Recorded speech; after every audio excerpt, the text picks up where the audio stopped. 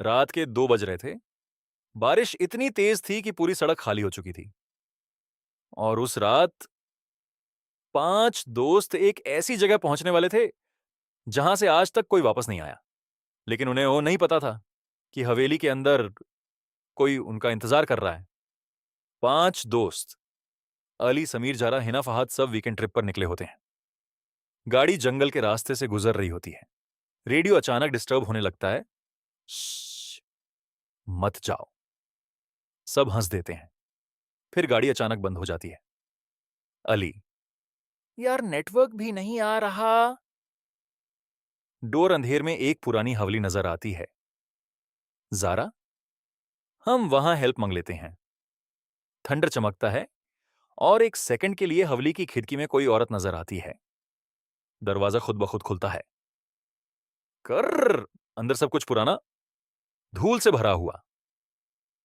लेकिन अजीब बात, टेबल पर गरम चाय रखी होती है, जैसे कोई अभी हनबुई।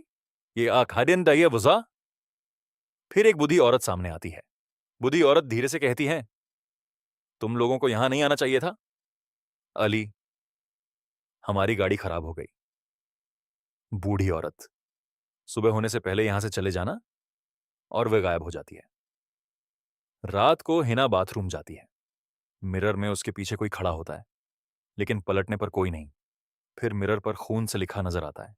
एक एक करके हिना चीखती है। सब भागकर आते हैं, लेकिन मिरर साफ होता देख के अमृत होता कि कुछ भी नहीं। सबको लगता है हिना पागल हो रही है। समीर को फ्लोर के नीचे सीक्रेट डोर मिलता है। सब नीचे जाते हैं। बेसमेंट में पुरानी तस्वीरें, जाले हुए डॉल्स, खून के निशान और दीवार पर अजीब सिंबल्स। एक डायरी मिलती है। डायरी में लिखा होता है, इस हवेली में जो भी आता है वह यहां की रूह बन जाता है। सडनली पीछे से किसी बच्ची की आवाज आती है, तुम लोग भी यहीं मरोगे।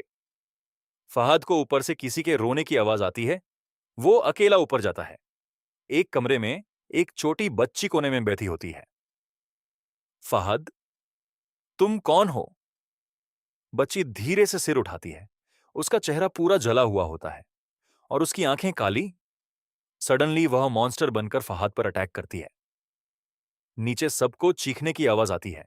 जब वो ऊपर पहुंचते हैं, कमरा खाली होता है। बस दीवार पर खून होता है और फहद गायब।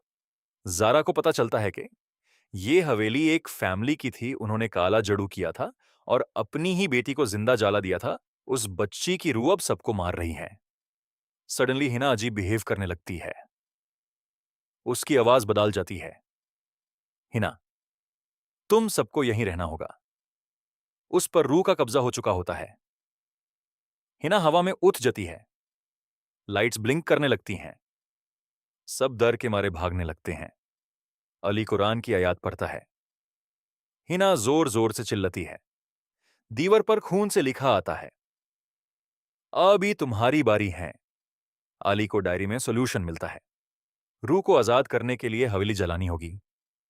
सब मिलकर हवेली में आग लगा देते हैं। गोस्ट गर्ल सामने आती है और धीरे से कहती है, मुझे बचाया क्यों नहीं? पूरी हवेली जलने लगती है। सब भागते हैं। सुबह हो चुकी होती है। अली और जरा गाड़ी में बचकर निकल जाते हैं। अली रियरव्यू मिरर में देखता है। पीछे सीट पर वही जली हुई बच्ची बैठी मुस्कुरा रही होती है।